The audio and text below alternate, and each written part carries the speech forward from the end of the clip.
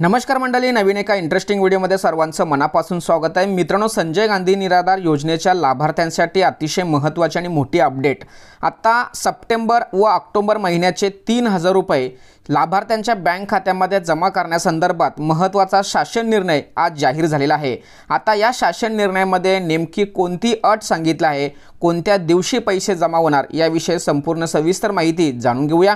व्हिडिओला सुरुवात करण्यापूर्वी चॅनलवरती जर नवीन असाल तर कृपा करा चॅनलला सबस्क्राइब करा। अशाच महत्त्वपूर्ण अपडेट या चॅनलवरती येत असतात। चला तर मित्रांनो, व्हिडिओला सुरुवात करूया।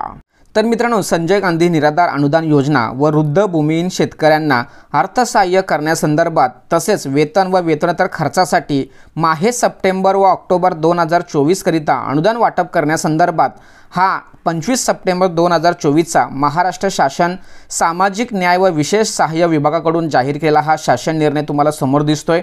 या शासन निर्णयामध्ये वित्त विभागाने मंजूर केलेल्या अर्थसंकल्पीय तरतुदीतून संजय गांधी निराधार अनुदान योजना जिल्हा आस्थापनासाठी रुपये 10,05,15,560 फक्त तसेच वृद्ध भूमिहीन शेतकऱ्यांना अर्थसहाय्य या योजनेवरील आस्थापनासाठी रुपये 4,12,19,400 इतका निधी वापरण्यासंदर्भात महत्त्वाचा या ठिकाणी शासन निर्णय आहे। आणि या शासन निर्णयानुसार सदर खर्च हा माहे सप्टेंबर व ऑक्टोबर या महिन्याकरता देण्यासंदर्भात हा शासन निर्णय आहे।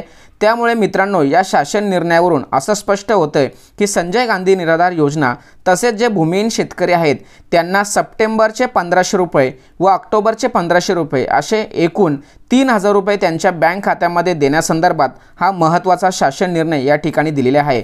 अशा पद्धतीने मित्रांनो, संजय गांधी निराधार योजना व भूमिहीन शेतकरी यांना त्यांचे पैसे देण्यासंदर्भात हा शासन निर्णय आहे। हा शासन निर्णय मी डिस्क्रिप्शन बॉक्समध्ये देतो, तो तुम्ही सविस्तरपणे वाचून घ्यायचा आहे। मित्रांनो, अतिशय महत्त्वाची आणि इम्पॉर्टंट माहिती या ठिकाणी समजावून सांगण्याचा प्रयत्न केला आहे। सदर व्हिडिओ सदर माहिती महाराष्ट्रातील सर्व नागरिकांपर्यंत, संजय गांधी निराधार योजनेच्या लाभार्थ्यांपर्यंत, भूमिहीन शेतकऱ्यांच्या लाभार्थ्यांपर्यंत पोहोचवणारे सहकार्य करा। तोपर्यंत धन्यवाद। जय हिंद, जय महाराष्ट्र।